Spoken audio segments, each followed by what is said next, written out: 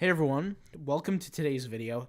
Today I'm going to be doing a logical breakdown on picking the best niche or niches or niche for your print-on-demand business. So let's go ahead and do this. So when we talk about niches or a niche, picking the best one or the best few that work for you, you got to ask yourself, what do you feel comfortable with? Now, before we even get into that and get into the semantics of that, we really have to have a spectrum of understanding for a niche. And typically, niches are compared by how much competition they have. So if we create almost like a graph here, a spectrum of competition, right? Here being low competition and here being high competition, right? So let's just write here competition. Well, that can't be the only thing we base a niche off of, right? The way we categorize a niche. Well, because competition is not the only aspect to a successful niche. We also have the concept of demand, right? So we have another spectrum here where we have demand. And maybe we could find a place where we can fit based on our skills, based on our experience, and based on our abilities. So here we can say that there's typically low demand, right? The lower you are down here, you'd have low demand, right? And then higher you go up, you have high demand, right? But it also goes to say for a situation like this where it's high demand, we can also say that there's also low competition, right, as well. If we go ahead and divide these quadrants, let's just use the blue marker here for the dividing the quadrants, right? And I'm using like a little dotted line here, but if we divide the quadrants, we have low demand and low competition. We have high competition, and we have even low demand, right? Low demand. And here we have high competition and we have high demand. And the reason why I can validate this, right, based on the chart is that the more we move this way, so I'll use green for example, to represent high, the more we move this way, it's a high number, and also we have high over here, right? So anything in this section, right, anything up here, right, is high, and anything up here is high, right? So all this data here is high, or as high as it can go, really, right? And we have here and here and here. And then everything that's low would be, let's just use yellow for this, would be here, right? Because this is all low, right? Depending on what kind of spectrum we're looking at, but we have this, right? And that's an example of low. Well, this can also be low here as well for low competition, right? And so really what we can say is that the higher we go into things doesn't necessarily always create us more success. So this red arrow here doesn't necessarily create us more success, right? And let's go ahead and talk about what that is. So let's say we pick a niche that is high demand and high competition. Well, what is an example of a niche that's high demand and high competition? Let's use the color, let's use purple here to write down our niches. So let's say the dog niche or the dog niche, right? Well, in that case, dog niches would be high competition, high demand. Well, how can I validate that? Let's go over here to Redbubble and let's search for the word dog. Let's just go over here and type in the word dog, right? If we type in the word dog, there's 1.8 million results, and there's probably more and more every day. And on top of that, I can assume that a lot of people search for dog products. Now, there is no proof, right? There's no way I can validate this. Well, actually, that's not 100% true. Maybe we'll talk about that in a different video. There's no software that's going to tell you, hey, this is going to get X amount of sales, but there are certain ways that we can predict it. I'll leave that for a different video, but I could tell you, based on search volume, based on Google, based on my own understanding of things, that it does sell significantly well, okay? Now that's the high competition, high demand arena of things. Well, what if we take a look a little bit deeper? What if there was something that we could find that's high demand but low competition? What kind of results would that create for us, right? What kind of results would that create for us? Now, what I'm going to do is I'm just going to outline this section right here, guys, because this section is actually really, really important. And I'm going to highlight this because this is something that's odd. It's odd here. Because what this is really, this is a money-making opportunity. So I'm going to highlight this in purple here, right? This section here. And because if something is in high demand, it means that a lot of people are searching for it, right? They're searching for it. But more importantly, there's low competition. There's a low, there's low, it's not it's not essentially it's a blue ocean strategy, essentially, right? It's not a red ocean. For those that don't know the difference, a red ocean means there's a lot of fish in the water, a lot of blood is being shed, a lot of competition, a lot of war, right? But if we're going into a low competition niche, there's not too much to compete on, right? And so this is a high demand situation. And the reason why we have this outlined is because this is valuable, extremely, extremely valuable, and it's one of its own. Well, let's go ahead and compare it to the opposite, which is I guess you could say its cousin right here, which is low demand but high competition. And this is the devil, okay? The reason why I call this the devil is because I'm going to wrap this around in red here, okay? Believe it or not, there's a lot of people that enter markets like these. And this is exactly what you do not want. You do not want high competition but low demand. Because what does that really mean, right? I know we're saying a lot of words that might sound meaningless, but low demand means there's a low desirability, low search volume. Nobody really cares about it. But high competition, right, means that there's so many people competing. There's so many different designs. And remember that whenever we compare the amount of demand, let me go ahead and write this, the amount of demand to competition, this is formation of a ratio. It could be 5-to-1. It could be 1-to-50, right? It could be 2-to-10, right? It could be different numbers. But in a ratio of low demand to high competition, that's an example of low demand of high competition. A number like this, 1-to-50, means for every one searcher or every one desired customer or customer who has desire for the product, there's 50 different designs to compete, right? That would be a losing scenario. We don't want to pick niches that have low demand but high competition, right? That's kind of not going to help us that much.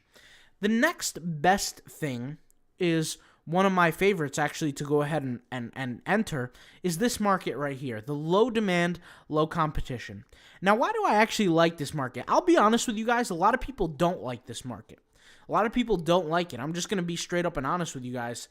I repeat this, a lot of people do not like it. But hey, for me, this is my next best opportunity. And I'll tell you why this is one of my favorite opportunities, aside from this one, of course. This is my number 2. I'm just going to go ahead and write number 2 here, and I'm going to go ahead and write number 1 here, right? So this one is my number 1, the purple one here. My number 2 is low demand, low competition. Well, the reason why I like this is because really what this means is that I'm going to get sales, but I'm going to get them in a slower period of time, almost in an evergreen kind of way, right? And I'm not saying that all niches that are in this category are evergreen, but it really, what it means is that there's less sharks in the water. There's less people I have to compete with.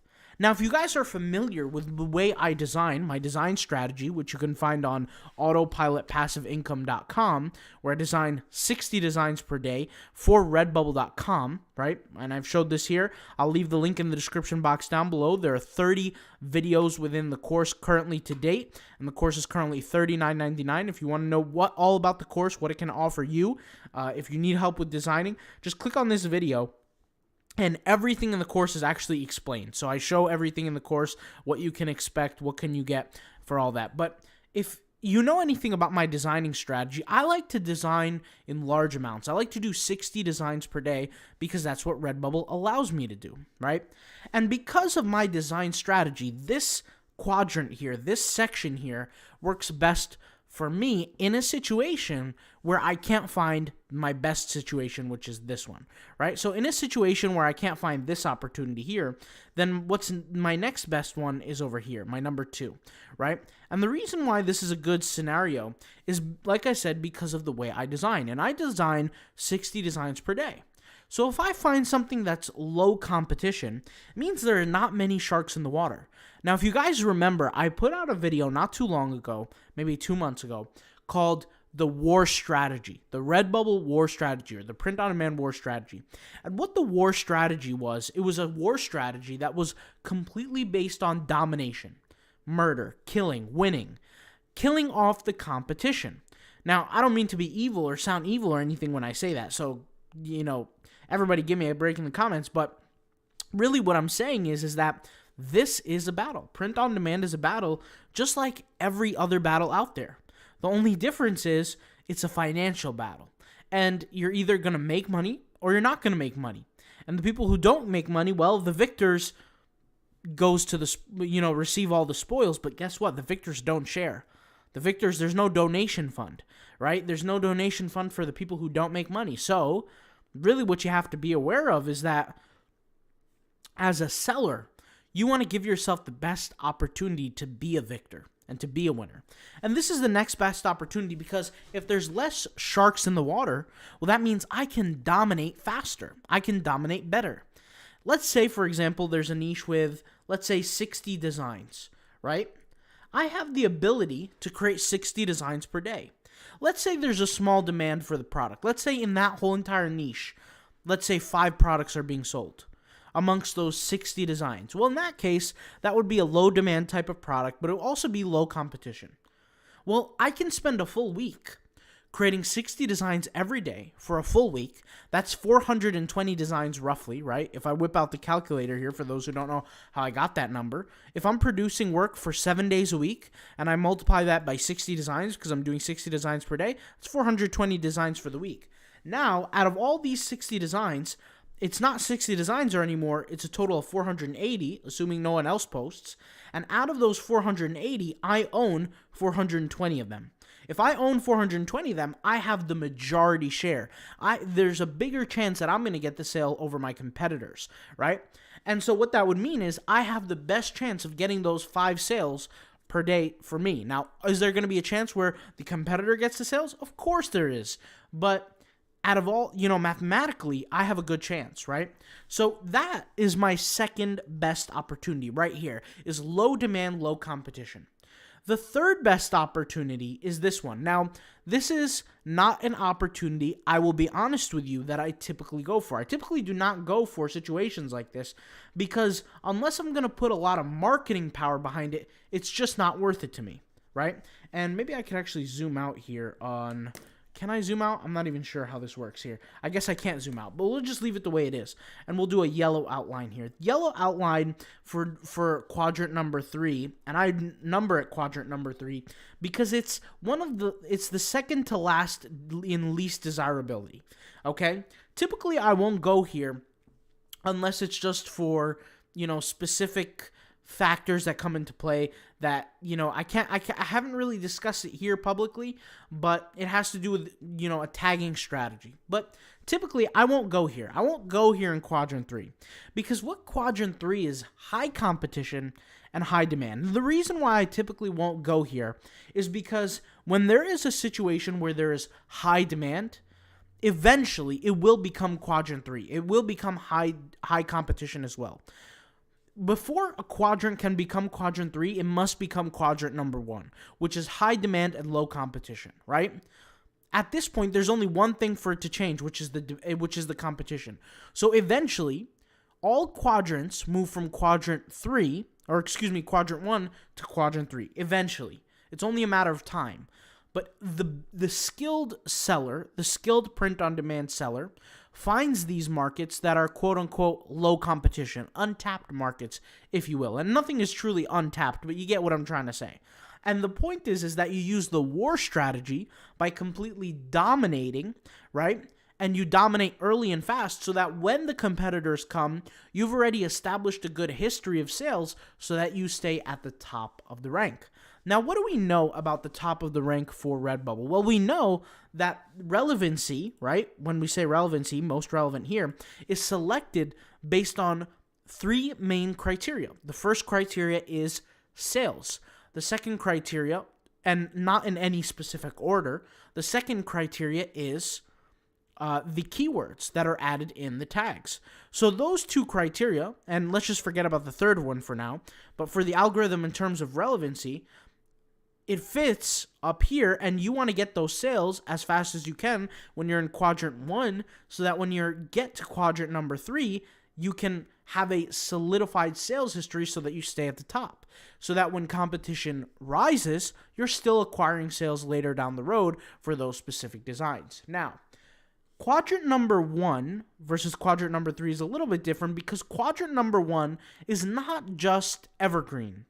It could eventually be a trend. For example, let's use the Ukraine niche, for example. Last year, when I created designs for Ukraine niche, nobody knew there was going to be a war. Nobody knew there was going to be issues like this. I had luckily created a lot of designs, and this was I wouldn't even say this was quadrant 1 at the time. I would say it's more quadrant 2. It was low demand. There was not too many people interested, but it was also low competition.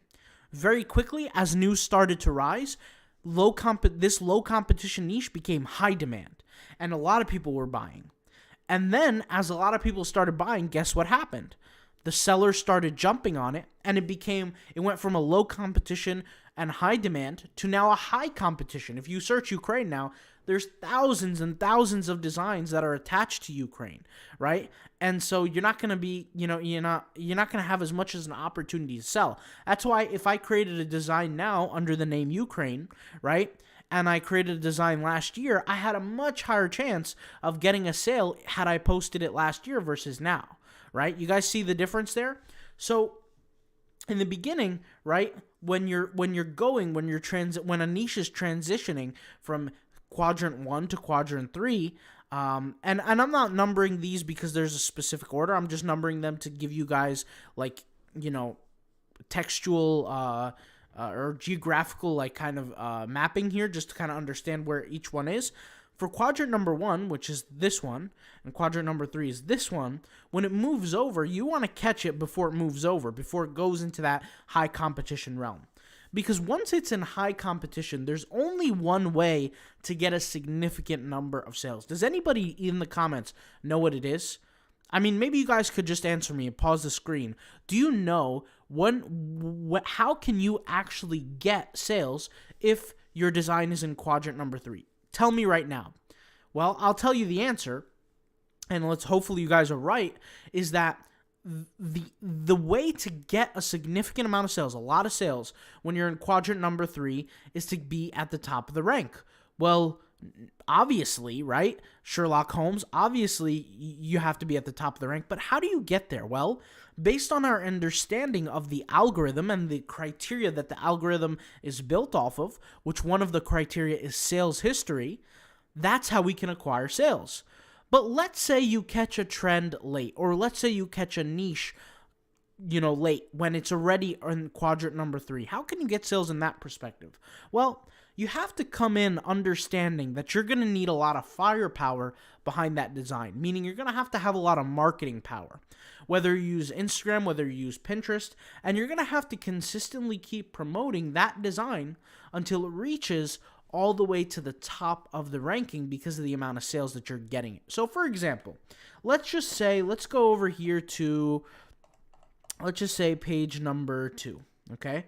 Let's go to page number 2, all right, for the keyword dog. And do you guys see this design here, for example, that it says hot dog classic t-shirt, this design right here? At one point in time, this hot dog t-shirt, or this design, was on page 5. It was on page 10. It was on page 30. It was on page 90. But the thing is that as time went on and it was exposed to more people, it acquired more sales. As it acquired more sales, it started to then be exposed to even more people, right? And most importantly, it started to rank higher in the page ranking. So it wasn't on page 90 anymore. It became on page 50. Then it was up on page 20. Then it was on page 10. And that was on page 2, right? And I'm just giving you examples of what I mean when I say pages. I'm not really sure what pages it start off at and what pages it's going to end off at. But you get my point when what I'm trying to say is that it's gradually progressing forward in a higher page rank. Well, what happens is that the only way you can allow it to do that is you're going to have to infuse it with sales before it can reach the top. And really what that looks like is probably marketing from other areas. second way to do that, and when I say other areas, I mean third-party sites, blogs, email marketing, social media, etc. Everything we've discussed on this YouTube channel before, right? You guys can go ahead and watch those videos, and it will help you a lot. But there's a second way that this design can also acquire sales. Now, my fear and my thinking, my method of thinking, my methodology here is that it's not normally, most designs, and that's why only 1 or 2 or 5 can be at the top, but most of the time, it can acquire sales through a second method. What is that second method? If you guys have taken the Autopilot Passive Income Redbubble tagging course, you might know the answer to this because we did go over this in the course. Well, the answer is the other tags that it uses. See, the word dog is a very hard tag to compete in because of its competition size, right?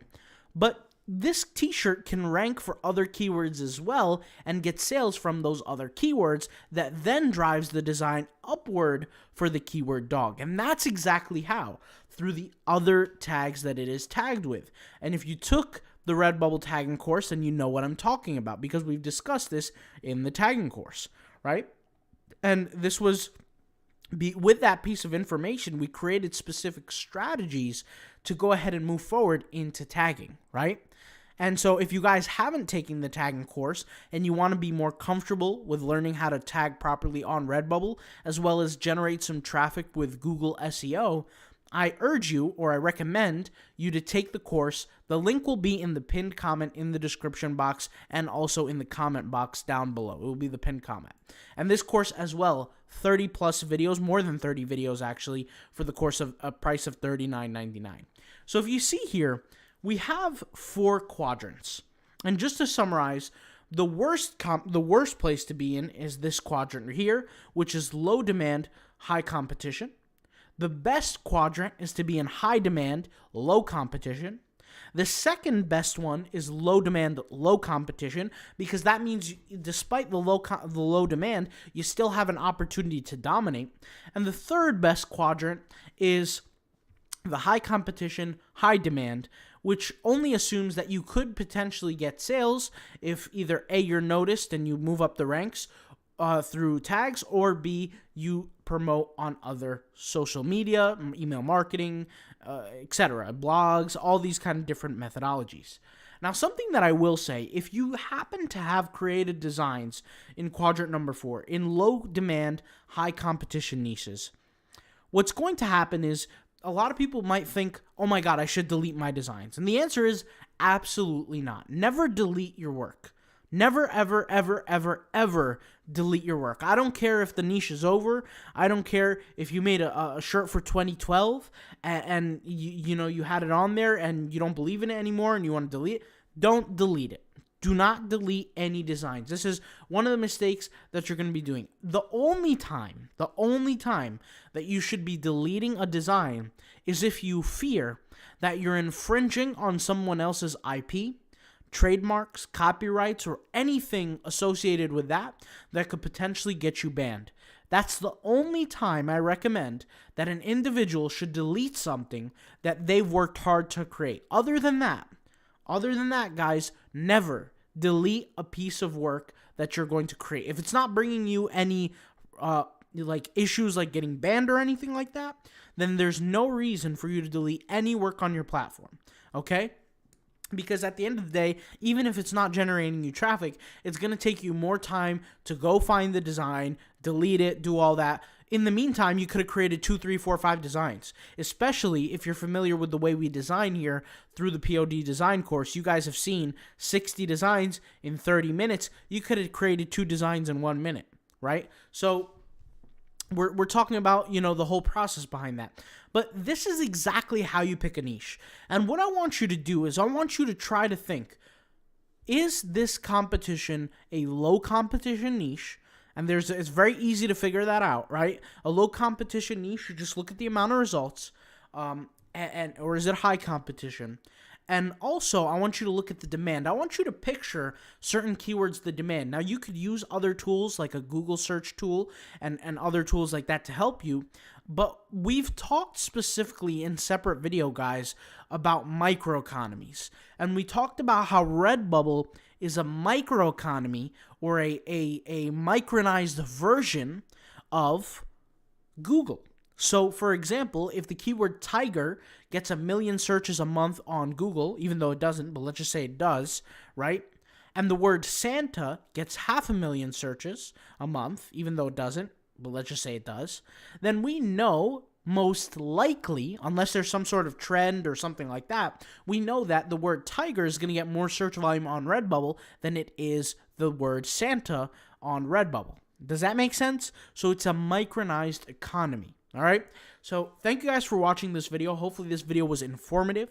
Hopefully it gave you some guidance. And more importantly, hopefully it gave you a different scope as to how to pick the best niche for your print-on-demand Redbubble journey. All right. You guys can also take this information and apply it to other platforms as well, whether it be Zazzle, whether it be TeePublic, whether it be Cafe Press, whatever kind of platform that you're currently active on today.